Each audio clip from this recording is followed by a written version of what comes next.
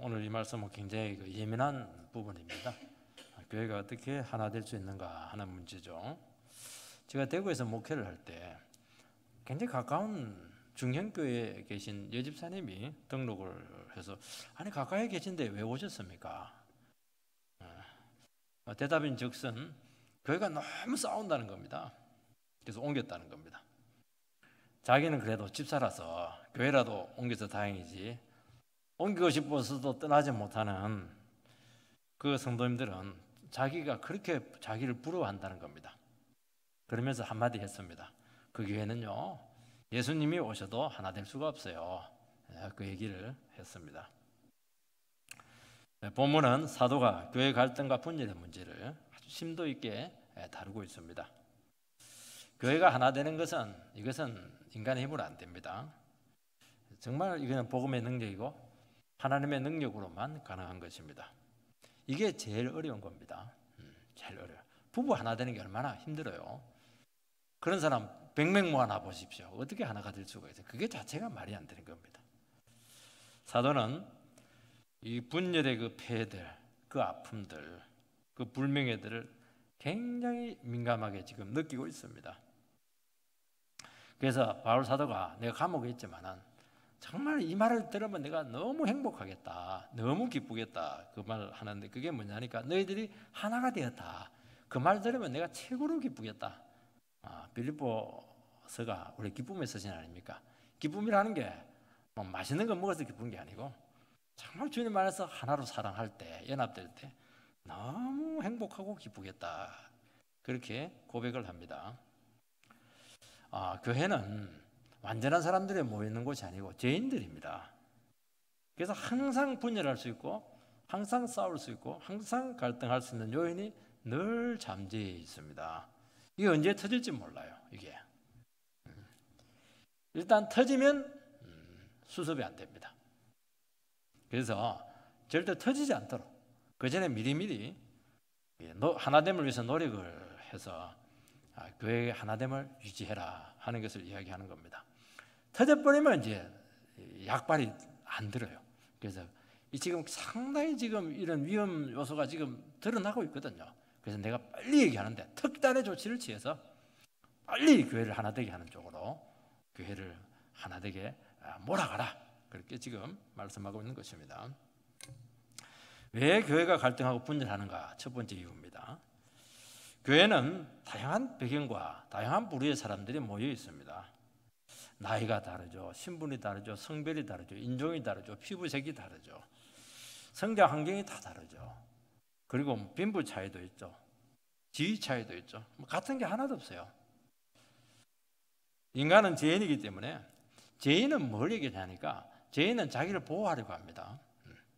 그래서 자기를 보호해 줄 수 있는 끼리끼리 이렇게 모이게 돼 있어요. 익숙하고 편한 사람 그렇게 하는 겁니다.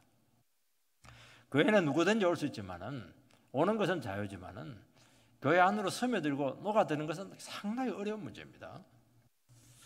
먼저 믿는 성도가 있고 새로 허입된 성도가 있기 때문에 요구하는 게 다 달라요. 원하는 게 다 달라요. 그래서 다양한 사람들이 하나 된다고 하는 것은 사실은 이것은 불가능한 것을 실험하는 겁니다. 교회는 불가능한 일을 지금 실험하고 있는 거예요. 지금 주님 오실 때까지 완전한 연합은 사실은 불가능하다고 할 수가 있습니다. 이 말은 뭐냐? 교회는 언제라도 갈등할 수가 있고 나뉠 수가 있는 그런 잠재 요인이 항상 도사리고 있다는 것입니다. 교회는 복음이 선포되고 말씀으로 은혜 받고 변화되어서 그 과정을 통해서 하나의 공동체를 만들어져가는 과도기적인 그런 성격을 가지고 있습니다. 그래 지상의 교회를 싸우는 교회다가 하는 일은 뭐냐니까 복음을 갖고 싸우는 거예요. 싸워서 서로 하나 되도록 이렇게 영적으로 싸워가지고 하나 되도록 이렇게 하는 것입니다. 그러니까 복음이 제대로 선포되지 않는다든지 또 변화되지 않는다든지 은혜 받지 못한다든지 뭐 이렇게 되면은 언제라도 문제거리가 될 수가 있습니다. 아무 문제가 없는데 문제가 될 수가 있는 겁니다. 그게 참 신기한 겁니다. 신기한 게 아니죠. 당연한 것입니다. 그게. 교회는 성숙도의 차이가 있습니다. 교회가 작거나 생긴 지 얼마 안 되고 연약할 때는 이 작은 갈등들, 이런 반목들, 이런 것들에 의해서도 교회가 뭐 휘청휘청해요. 서로 상처를 막 주고받습니다. 그리고 한두 사람의 영향력에 의해서 막 그렇게 흔들릴 수가 있습니다. 그럼 교회가 커지고 규모가 커지고 또 성숙한 사람들이 많아지면은 안정적이냐? 그렇지도 않아요. 그러면 개인의 영향력은 이렇게 많이 희석이 됩니다. 한두 사람이 자주지 못해요. 대신 요구들이 굉장히 많아집니다. 10사람이 있을 때는 10가지 요구인데 100사람이 있으면 100가지 요구를 하고 1000사람이 있으면 1000가지 요구를 합니다. 그거 어떻게 다 들어줍니까? 그러니까 안 들어주면 이게 마음이 안 좋은 거예요. 이게. 각자 하나님을 믿지만은 다 자기가 중요하게 생각하는 것들이 다 달라요. 교회는 이래야 된다. 교회는 저래야 된다. 뭐 다 필요하고 다 좋은 것이고 누군가는 해야 되는 것입니다. 또 요구 수준이 다 다르다는 것입니다. 그래서 교회라고 하는 것은 인위적으로 절대로 빨리 성장하려고 해서는 안 되는 겁니다. 그런다고 해서 되지도 않아요. 해봐도 한순간에 얼마든지 박살날 수 있습니다. 그래서 빠르게 세워야 되는 것입니다. 그거는 딱 하나밖에 없습니다. 바른 복음이 선포가 되고 각자가 변해서 서로 성전으로 이렇게 만들어져야 돼요. 성전으로. 그러니까 보이지 않는 성전입니다. 눈에 보이는 성전은 아니고 우리 자신들이 성전으로 이렇게 다듬어져야 되는 것입니다. 교회는 작아도 말씀으로 하나가 탁 되기만 하면은 정말 부족한 것이 없어요. 그리고 세상에 감당할 수 없는 폭발적인 힘이 나타납니다. 여러분, 사람들이 많이 모여 있다고 해서 그게 행복하지 않아요. 그게 더 부족해요. 더 문제가 많아요. 자기 문제를 시달리다가 끝나는 경우가 너무 많습니다. 작아도 말씀 하나 딱 되면 천국을 딱 갖다 놓은 것 같아요. 거기가 얼마나 참 힘있고 행복하고 기쁜지 모릅니다. 빌립보 교회는 아직 분열과 갈등의 문제가 이 수면 위로 올라와서 골마 터진 것은 아닙니다. 이 고린도 교회는 좀 달라요. 고린도 교회는 지금 분열과 갈등으로 골머리를 지금 앓고 있는 교회입니다. 교회가 지금 4개 파로 나눠져 있고 빈부 문제가 아주 심각했고 다양한 은사들이 은사들이 많이 나타나도 그 문제였어요. 은사들이 너무 많이 나타나요. 통제가 안 되는 거예요. 통제가 아무나 그냥 하니까 질서도 없고 이게 늘 시끄러운 교회였습니다. 근데 빌립보 교회는 그 정도는 아니었지만은 안심할 수 없었고 언제라도 문제가 터질 수 있는 소지가 있었습니다. 여러분, 모든 교회는 다 마찬가지예요. 항상 갈등할 수 있고 항상 나뉠 수 있고 분열할 수 있는 위험이 있다는 것을 명심을 해야 된다는 것입니다. 그리고 일단 문제가 터졌다. 그러면 수습이 어렵습니다. 그리고 몸이 찢기는 고통을 당해야 되는 것입니다. 그래서 조금 분열의 증상이 나타나고 있다.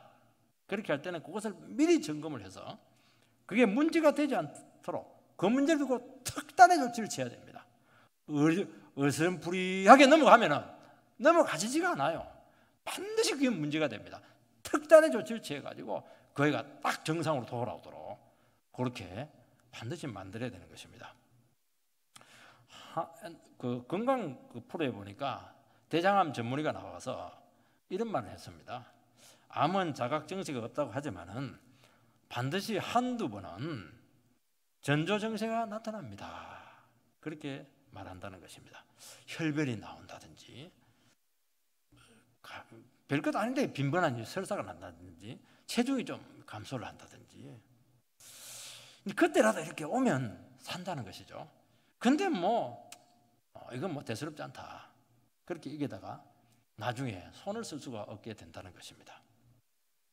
여러분, 초대교회 때 예루살렘 교회가 구제 문제로 완전히 분열의 위기가 생기게 되었습니다. 그게 이제 수면 위로 올라온 거예요. 수면 위로 올라왔다고 하는 것은 그 전에 이미 속으로 골마 터질 대로 골마 터졌다는 겁니다. 골마 터졌다고 하는 것이 뭘 얘기냐면은 그 갈등과 분열 사이에 사단이 음성적으로 치고 들어와서 내부적으로 온갖 불신의 골이 지금 다 파였다는 겁니다. 히브리파하고 헬라파 이 가부 구제 문제를 가지고 완전히 반목 질시했다는 겁니다.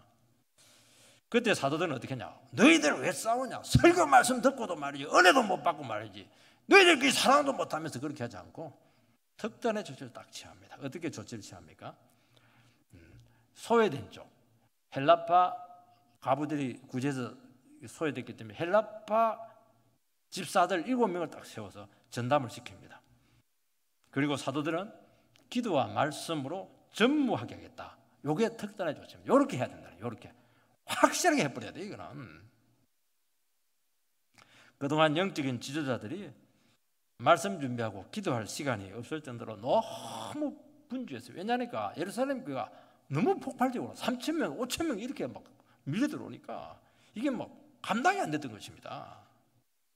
그렇게 하다 보니까 신방할 때도 많죠. 그렇게 하다 보니까 말씀의 질이 떨어지게 되고 기도의 시간이 부족해요. 기도의 능력이 약화되게 되고 그래서 그러니까 막 모르는 사이에 교회가 이상하게 무거워지는 거예요. 무거워지고 불만이 자꾸 생기는 것입니다. 오늘 교회 분열은 어디에 있습니까?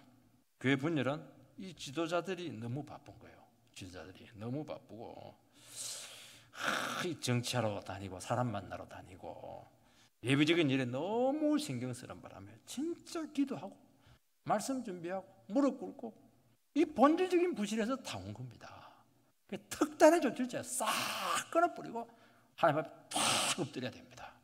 그리고 이를 딱 행정적으로 명료하게 만들어가지고 마귀가 틈타지 못하도록 그렇게 딱 만들어놔야 되는 겁니다. 여러분 빌립보 교회의 문제가 무엇인지는 분명치 않습니다. 전도의 방법에서 차이가 있었던지 갈등이었던지 아니면 열심의 차이에서 왔던지 아니면 전임자였던 그 설립자인 그 바울과의 관계 문제인지 아니면 리더십의 문제인지 이것에 대해서는 분명히 말하지는 않습니다. 원래 빌립보 교회가 처음 교회가 만들어질 때부터 구성원들이 너무 차이가 많아요. 자주장사 루디아는 부자입니다. 그리고 점치는 소녀는 그야말로 처참한 인생을 살다가 구원받은 여인이죠. 이 간수가 있어요. 재수가 있으면 간수하고 재수는 하나 될 수가 없는 겁니다. 그러니까 벌써 빌립보 교회 구성원 자체가 근본적으로 하나 될 수가 없는 그런 모습이었던 것입니다. 그들이 바울의 말씀이 좋아서 또 바울을 너무 사랑해서 같이 함께 모였지만은 신앙의 뿌리가 너무 얕았습니다. 여러분 사도가 구체적인 문제를 말하지 않는 것은 아직 그들의 문제가 수면 위로 올라오지는 않았다는 것이죠.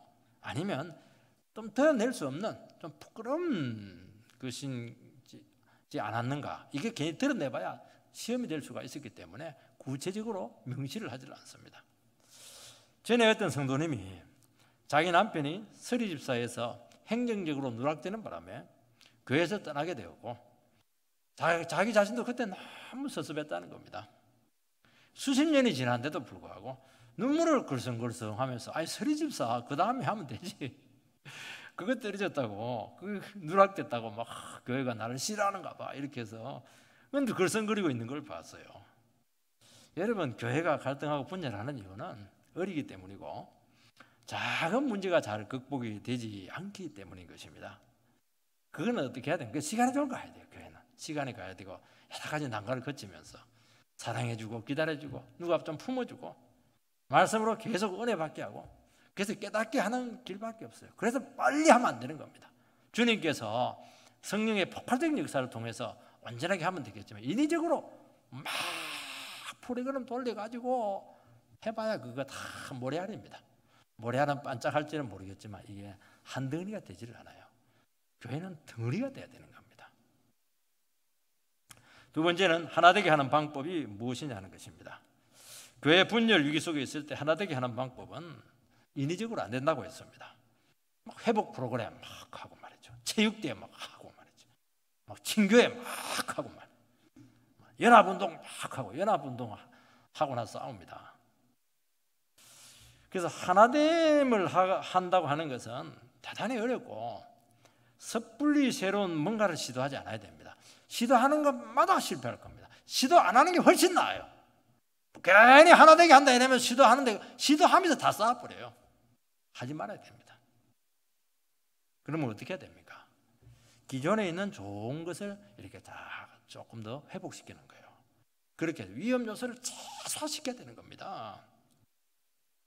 여러분, 공동체가 아무리 갈등하고 이렇게 분열이 있더라도 그 안에 참 소중한 것들이 있어요. 이렇게 찾아보면 있습니다.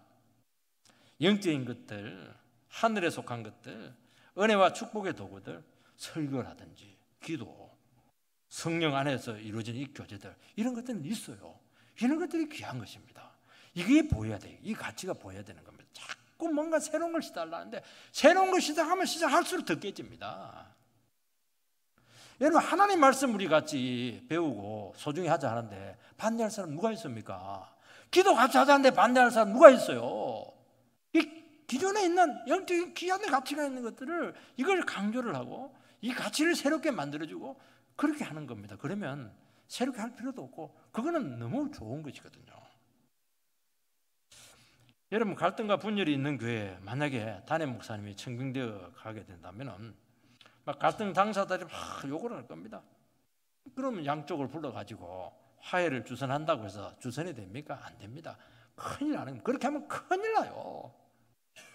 양쪽 결국에는 하다 보면 한쪽 편을 들 수밖에 없어요. 그럼 반대쪽이 막 밀어내는 겁니다. 문제가 더 커지는 것입니다. 당사자들 입장은 그 주장은 경청하고 배려를 해야 되겠지만은 그렇게 해서는 안 됩니다. 그럼 상급기관에 요청해가지고 교회 문제를 다루어 달라. 외부에서는 절대로 교회 들어오게 하면 안 됩니다. 교회 들어오면 큰일 나는 거예요, 이게. 왜냐하면 사정도 모르고 그냥 진단하고 해결하다가 교회 그냥 공중분해됩니다. 어떤 일이 있더라도 외부 기관에 의해서 교회가 건드려지는 일이 절대로 생기게 해서는 안 되는 겁니다. 이미 나뉘고 찢긴 마음을 말씀과 사랑으로 싸매야 하고 그것도 오랫동안 기다려야 됩니다. 오랫동안 해야 됩니다. 그때까지는 시집살이 엄청 해야 되는 것입니다. 여러분, 영적인 것, 말씀과 기도와 성령의 역사는 복음 안에서 하나 되게 하는 놀라운 치유력을 가지고 있습니다. 우리가 하나님 말씀을 듣고 은혜 받으면 일단 마음이 풀어져요. 마음이 부드러워져요.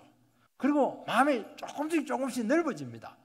막 경계하고 뭐 의심하고 막 잔뜩 의심하고 있는데 그래도 막 조금 빈틈이 보여요. 여러분, 갈등하고 싸우는 이유는 자신의 입장에서 문제를 보기 때문입니다. 어리기 때문입니다. 복음은 자신의 입장, 상대방의 입장에서 보는 게 아니에요. 복음은 하나님 앞에서 문제를 탁 보게 하기 때문에 전체적인 시야를 가지게 하고 그리고 그 전체적인 시야 안에서 각 사안을 보게 하는 것입니다. 그래서 접근법이 확실히 달라져요. 그래서 이 싸우고 갈등할 때 보면은 이 본질적인 문제보다는 아주 사소한 것이 원인이 되어서 자존심 싸움으로 가고 주도권 싸움으로 번지고 막 왜 우리를 소외시켰나? 막 소외감으로 막 이렇게 막 가는 경우가 너무 많아요. 그냥 딱 놓고 보면 큰 게 아닙니다. 이 극복이 안 돼서 그렇습니다, 이게. 그래서 어떻게 해야 되느냐? 하나님 말씀 갖고 계속 하나님 앞에 영혼들을 세워야 돼요. 이게 뭐가 중요하냐? 안 중요하다. 우리 핵심을 가져가자. 우리는 하나님의 큰 계획 안에 있다. 자꾸 이런 식으로 해서 굉장히 좁아진 시야를 계속 넓혀줘야 되는 겁니다. 말씀으로 생각이 바뀌면 그렇게 중요한 문제들이 크게 다가오지가 않아요. 이게. 그래서 이럴 수도 있고 저럴 수도 있고 그전에는 반드시 이래야 된다 이렇게 하는 게 문제가 되거든요. 근데 안 그런 거예요. 이럴 수도 있고 저럴 수도 있고 이번엔 이렇게 했다가 다음에 이렇게 하면 또 되는 거예요. 얼마나 그 여유가 있는 겁니까? 그게 뭐냐니까 그게 영적으로 문제를 푸는 겁니다. 1절 말씀을 보면 그러므로 그리스도 안에 무슨 권면이나 사랑의 무슨 위로나 성령의 무슨 교제나 긍휼이나 자비가 있거든. 그래서 네 가지요. 네 가지를 잘 기억해야 됩니다. 그리스도 안에 있는 무슨 권면, 사랑의 무슨 위로, 성령의 무슨 교제, 네 번째가 긍휼과 자비. 요 네 가지는 원래 교회 안에 있는 겁니다. 새로운 게 아닙니다. 이것은 노력하면 얼마든지 하나 될 수 있고 그럴 수 있는 잠재력을 가지고 있다는 것을 이야기하는 겁니다. 너희들 성령으로 교제하지 않았냐? 사랑으로 위로할 수 있지 않냐? 긍휼과 자비를 베풀 수 있지 않는가? 마음을 안 먹어서 그렇지 돈 드는 것도 아니고 마음만 먹으면 얼마든지 할 수 있는 거 아니냐, 이렇게 나가는 겁니다. 마음을 먹으라는 거. 이게 교회 안에서 갈등과 분열이 생기면 도대체 어디서부터 손을 써야 될지 난감합니다. 그리고 오래되고 골이 너무 깊어요.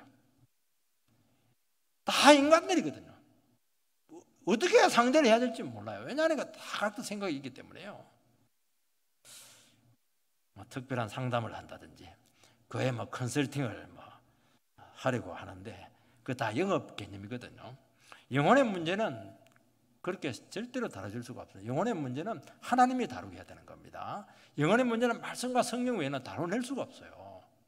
절대로 안 돼요. 세상 기관은 절대로 안 되는 겁니다. 요 네 가지가 있잖아요. 네 가지 덕목은 영적인 것이고 인격적인 문제고 하나님의 성품에서 나온 것입니다.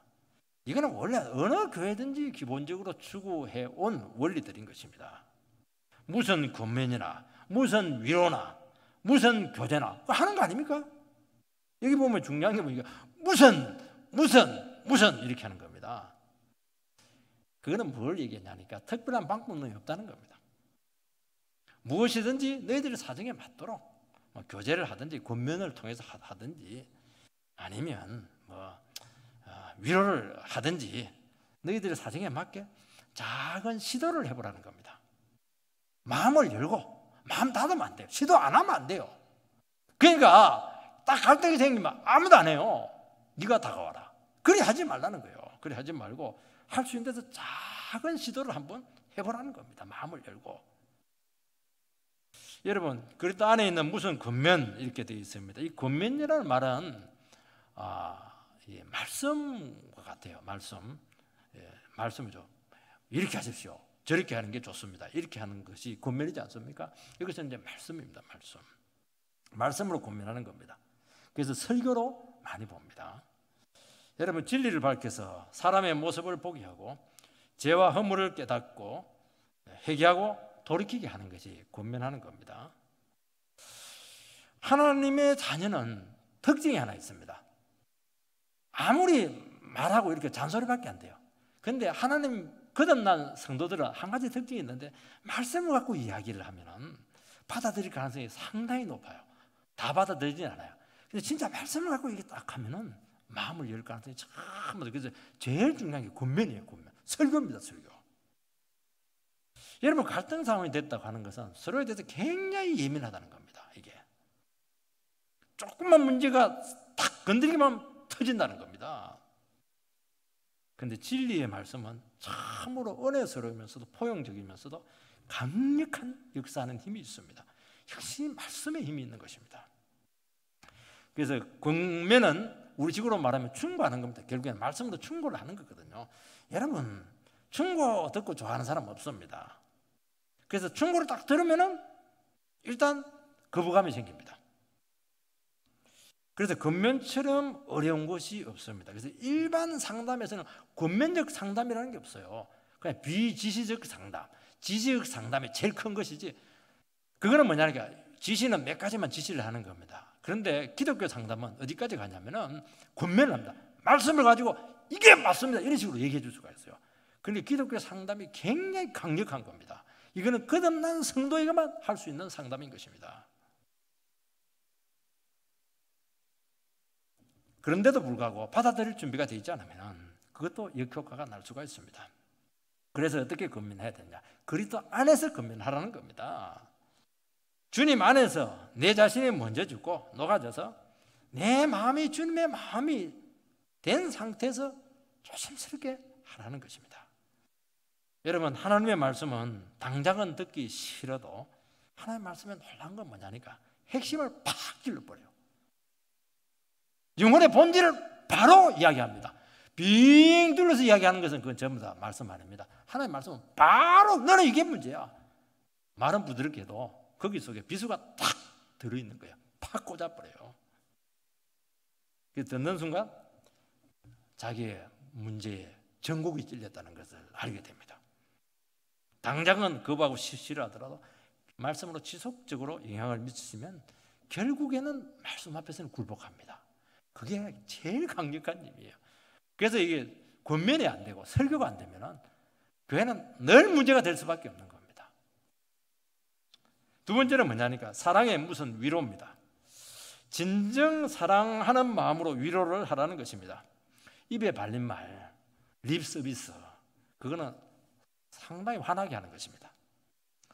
사랑은 뭐냐? 상대방의 입장을 이해하고 먼저 공감하는 데부터 시작이 되는 것입니다. 그래서 위로가 되려고 하면은 그 위로하는 사람이 그 사람의 문제에 대해서 일단 이해하는 마음이 있어야 돼요. 그리고 그 사람이 내 문제에 대해서 어느 정도 공감한다 하는 것이 확인되지 않으면 무슨 말을 해도 안 듣습니다. 그게 문제.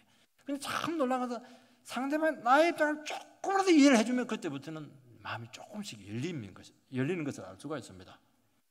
우리는 겉으로 드러난 말이나 행동이나 태도만 보면 절대로 사랑을 할 수가 없습니다. 그러니까 사랑을 못하는 거예요. 네가 나한테 그런 말을 해? 네가 나한테 그렇게 막 틱틱거려? 이러니까 안 되는 겁니다. 그 참 좋은 그 영혼을 이해할 수 있는 굉장히 도구거든요. 저 사람이 나이가 살살맞게 이렇게 나고 있는 것들은 그들의 영혼의 상태를 기도하면서 파악할 수 있는 너무 좋은 상태예요. 도리어 정말 숨기고 있고 정말 속은 부글거린데도 불구하고 가만히 있는 게 문제죠. 막 그냥 꼴쳐보고 막 그냥 욕하고 막 그거는 어떻게 보면은 솔직한 사람이에요, 그 사람. 그거에 마음을 딱 닫아버리고 말이죠. 네가 나를 그렇게 생각해. 그렇게 문제가 되는 겁니다. 그래서 조금만 이해의 폭을 넓히면은 그 영혼에 대해서 결정적인 정죄를 하지 않습니다. 정죄를 하면 안 돼요. 이게 그건 주님의 몫입니다. 우리에게는 정죄할 자유는 없습니다. 우리는 사랑할 자유만 있어요. 그걸 꼭 기억하시기 바랍니다. 정죄를 하면 하나님께서 나를 정죄를 할 겁니다. 네가 하나님이냐? 네가 그 영혼을 어떻게 한다고? 너 그 영혼 정죄하고 판단하려면 네가 그 영혼을 위해서 십자가에 달려 죽어라. 그러면 너에게 자격을 주겠다. 아마 주님께서는 그렇게 말씀하실 겁니다. 너는 사랑할 자유밖에 없다는 거예요. 이게 오늘 부부들 잘 명심해 들으시기 바랍니다. 뭐라고요? 우리는 죽으나 사나 사랑할 자유밖에 없는 거예요. 안 되죠? 그러니까 반드시 교회에 나와서 말씀을 들어야 돼요.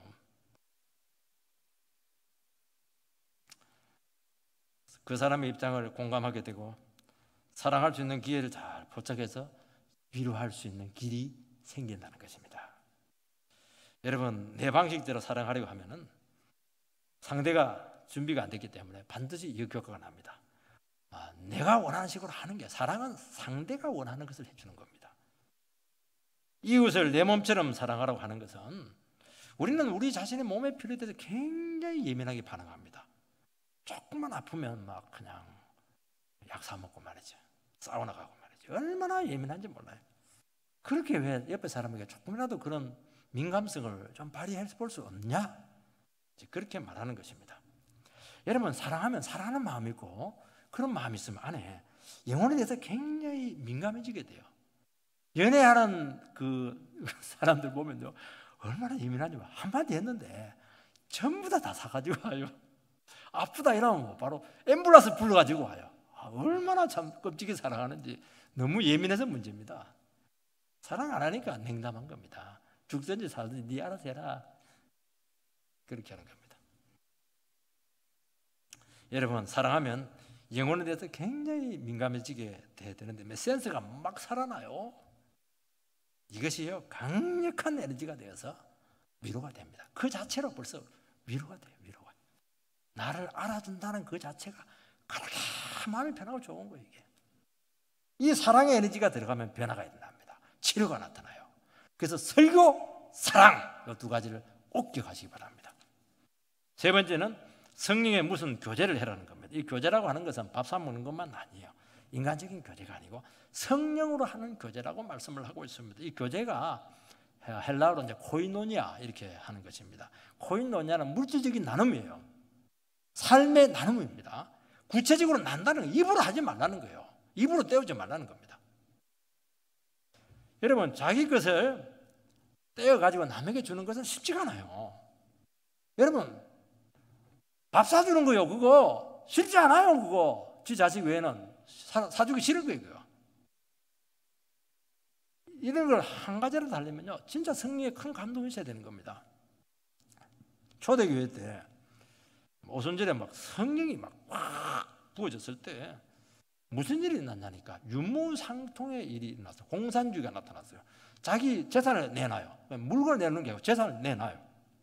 그 한 사람에도 자기 것이라고 주장하지 않았더라. 그렇게 하는 겁니다. 요걸 따가지고 공산주의가 했는데 공산주의는 성령이 없어요. 그는 억지로 하는 것이기 때문에 실패하는 겁니다. 이런 일이 나타나게 된 겁니다. 필요에 굉장히 예민하다는, 물질적인 현실적인 필요에 굉장히 예민하게 반응을 했다는 겁니다. 성령님은 지체들에게 강한 부담을 주어서 서로 돕게 합니다. 그래서 성령의 감동은 감정적으로 기분 좋아지는 것이 아닙니다. 전인격이 성령에 사로잡혀서 성령님께서 원하시는 행동이나 태도를 취하게 만드는 것입니다. 움직이게요. 여러분 움직여야 되거든요. 사랑은 생각하는 게 아닙니다. 여러분 나 당신 10년 동안 사랑했는데 부인은 하나도 사랑 안 한 거예요. 안 움직이죠. 움직이는 거예요. 말을 하고 움직여야 되는 겁니다. 사랑은 움직여야 돼요. 그래서 나에게 필요 이상의 물질이 있으면 굉장히 부담이 느껴지는 겁니다. 성령이 역사를 하면. 왜냐하니까 자기도 알거든요. 이 잉여 재물은 내 것이 아니구나. 이것은 가난한 주위에 있는 지체들을 도우라고 주신 것이구나. 그걸 말씀하시는 게 성령님은. 싫죠? 성령님께서 그렇게 얘기하는 겁니다. 그럼 움직이는 겁니다. 여러분 실제적인 나눔처럼 성도를 하나 되게 하는 것은 없습니다. 돈 막 줘버리고 그냥 시간 막 떼서 줘버리고 막 와가지고 몸 빼고 와가지고 막 설거지 해줘버리고요. 그게 교제입니다. 다른 게 아니고. 그러면요 싹 마음이 다 풀려버려요. 성경은 굉장히 구체적입니다. 여러분 싫어하는 사람이 병원에 입원했습니다. 이틀만 같이 자주면 다 풀립니다. 이 마지막에 네 번째 보면 긍휼과 자비입니다. 불쌍히 여기는 마음이죠. 긍휼과 자비는 사람의 감정처럼 다루기 힘든 게 없어요. 우리 식으로 막 삐끼면 막 절대로 안 풀어집니다. 그래서 나이 들수록 자꾸 삐끼지 마시기 바랍니다. 감정이 악화되면 이 백약이 무효입니다. 그래서 그런 경우가 될 때는 내가 어떤 마음을 가져야 되느냐. 일단 내 속에 긍휼한 마음, 불쌍히 여기는 마음을 절대로 잊어서는 안 돼. 상대방은 어떻게 나왔든지 간에 나는 긍휼히 여기는 마음을 끝까지 가지고 있어야 된다는 것입니다. 여러분 감정은 내가 기분이 좋아져야지 생각한다고 바뀌는 게 아닙니다. 이게 요물이에요. 요물. 감정은 딱 한 가지 외에는 바뀌지 않아요. 어떻게 바뀌는 겁니까? 자비를 베푸면 감정이 바뀌어집니다. 사랑을 베푸면 돼요. 싫지만 저 사람을 위해서 방을 한번 썰어주면 딱 바뀌어졌어요.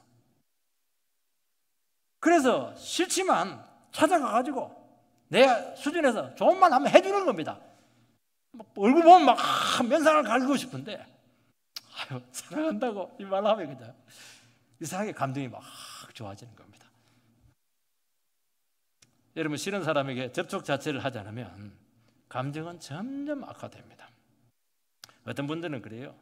저는요 사랑하는 감정이 생기지 않으면 안 하는 사람입니다.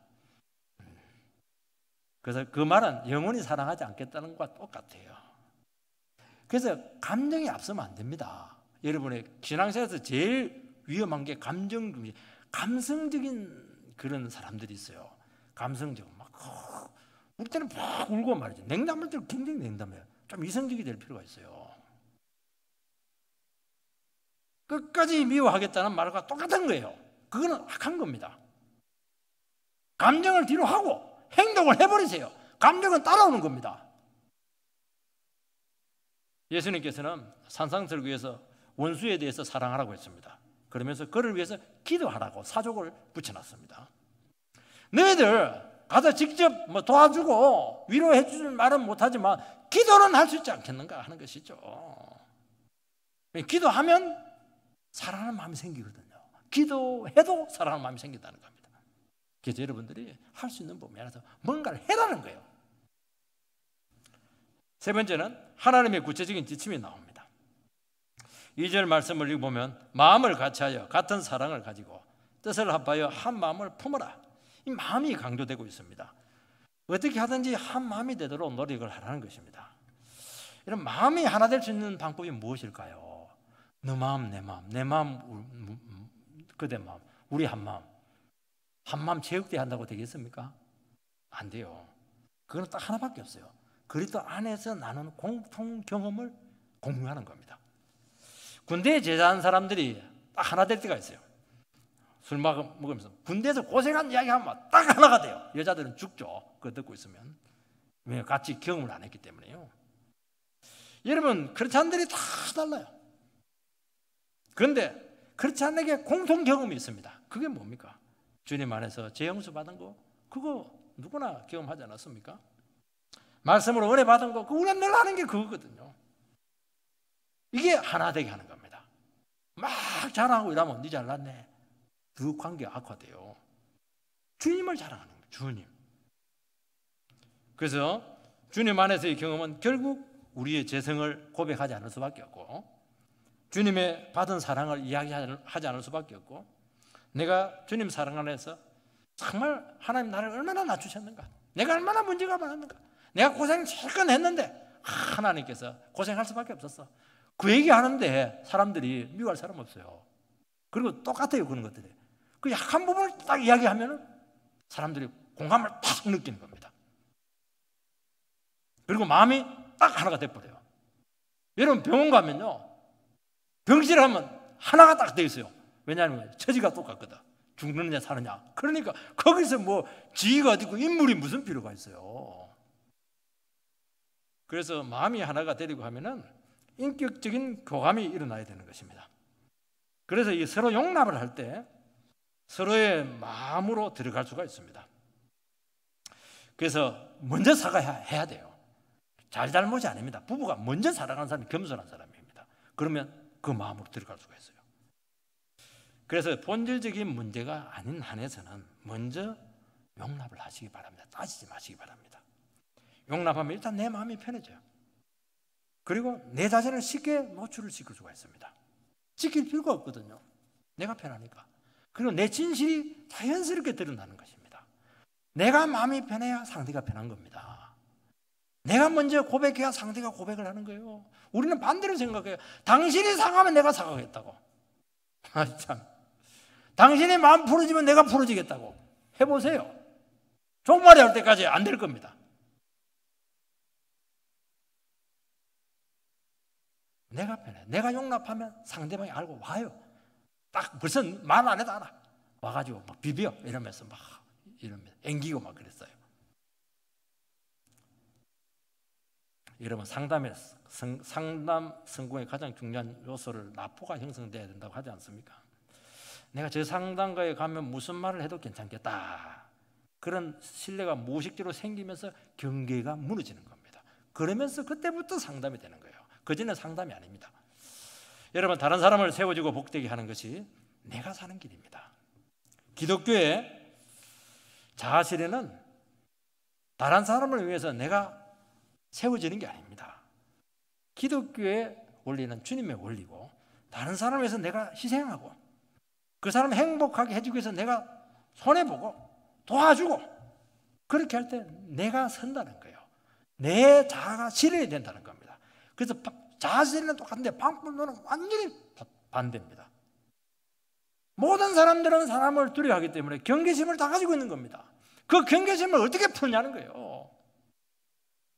나는 당신을 전혀 공격할 마음이 없습니다. 그걸 뭐 기가 따갑도록 보여줘야 돼요. 말로도 보여주고 행동으로도 보여주고 선물도 사주기도 하고 그렇게 하는 겁니다. 그거는 굉장히 잘하는 겁니다. 그리고 그들을 도우시기 바랍니다. 저는 침체되고 낙심하고 지금은 안 그런데 옛날에는 그러면 막 무조건 성경책 들고 막 어려운 성도들 막 한 5집만 가면 막 다 풀려버려요. 그분들의 아픔들을 들어주고 손잡고 기도해주고 그렇게 하면요 내가 막 살아나요.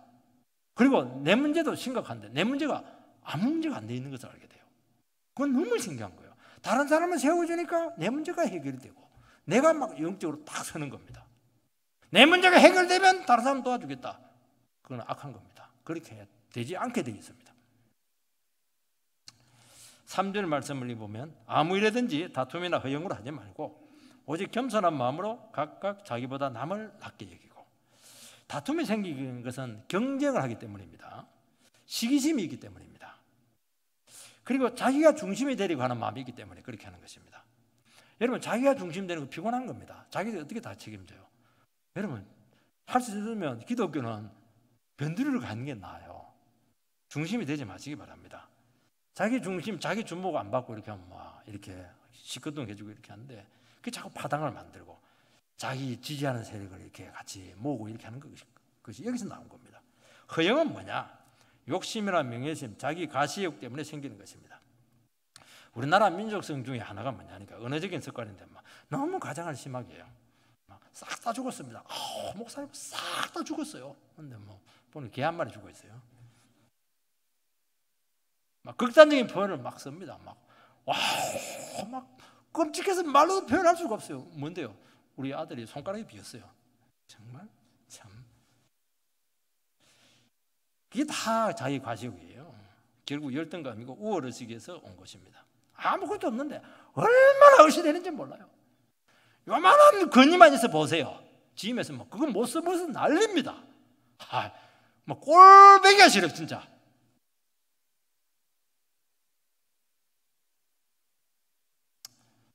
우리 사회는 갈등이 많고 시끄럽고 갈등해서 장치가 없어요. 그래서 다툼이나 허영이 있는 곳은 주님이 함께하지 않기 때문에 절대로 선한 것이 오지 않습니다. 하나님 나라 일을 절대로 경계하지 마시기 바랍니다. 저는 뭐 이건 반대하는 건 아닌데 뭐 대회, 뭐 성경 고사 대회, 뭐 찬양 경연 대회 이런 표현 자체는 꼭 좋은 것 같지가 않아요. 그냥 은혜 나누는 것이고 겸손이 주어진 짓에서 하면 아름다운 결과들이 다 나타나는 겁니다. 여러분, 모든 것은 겸손이에요. 겸손은 자기 비하가 아닙니다. 자기를 굉장히 비하하시는 분들이 그건 열등감입니다. 자기를 죽게 세는 그것도 열등감이에요. 그거.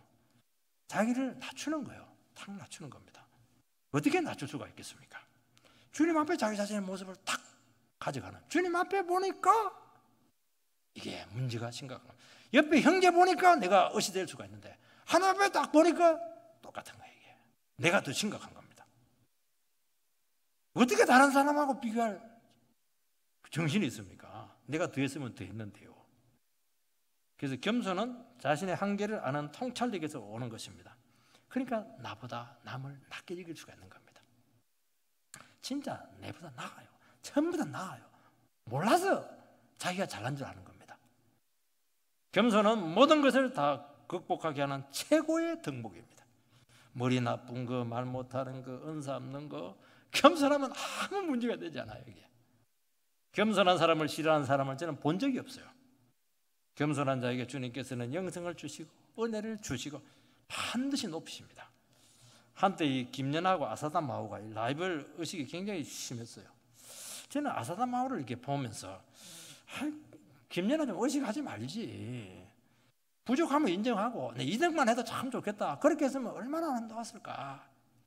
그러면 또 하다 보면 김연아 실수하면 자기 1등 할 수 있는데 너무 의식을 하니까 너무 무리한 동작을 하다 보니까 계속 실패를 하더라고요. 세례 요한이 위대했던 것은 그의 설교가 아니고 주님 앞에 자기 자신을 탁 낮춘 겁니다. 우리가 겸손하려면 다른 영혼을 진정으로 인정해야 되는 것입니다. 나에게 부족한 것이 너무 많고 나에게 결정적으로 필요한 부분이 다른 지체에 다 있다. 나는 그들의 도움이 진정 필요하다. 그것을 인정하는 데서 오는 겁니다. 부부의 겸손은 어디서 오는 겁니까? 나의 부족한 부분이 당신에게 다 있다. 그걸 진실로 인정할 때 부부가 하나 될 수 있는 겁니다. 그게 겸손한 거예요. 서비스를 다 받고 말이죠. 그냥 뭐 확 눌러버리고 말이죠. 그건 악한 것이죠. 그거는 못된 거예요. 그거. 그러면 안 돼요. 4절 말씀을 보면 각각 자기 일을 돌아볼 뿐더러 또한 각각 자기 사람들의 일을 돌봐 나의 기쁨을 충만하게 하라. 성도의 기본은 자기 일을 잘 감당해야 되는 겁니다. 자기 일 안 하면 안 돼요. 그러면 그 부담이 다른 사람에게 넘어가는 겁니다. 자기 일을 감당해야 되는 이유는 다른 사람을 돌아볼 여유를 가지기 위해서 그렇게 하는 것입니다. 여러분, 남는 시간은 남는 시간 아닙니다. 그건 자기 일을 빨리 끝내라는 거예요. 시간을 허비하지 마시기 바랍니다.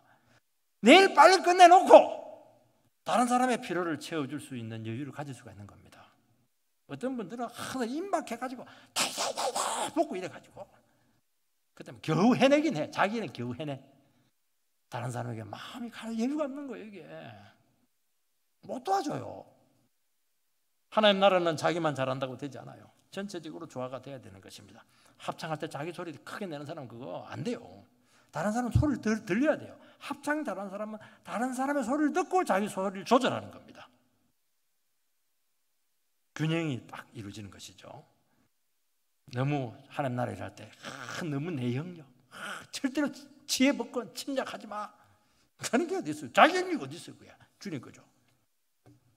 자기 아성 쌓지 마시기 바랍니다.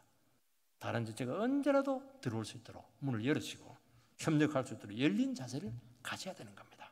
그렇게 하면 교회가 하나 될 줄 믿습니다. 그런 날 있게 되기를 주의 이름으로 축원드립니다.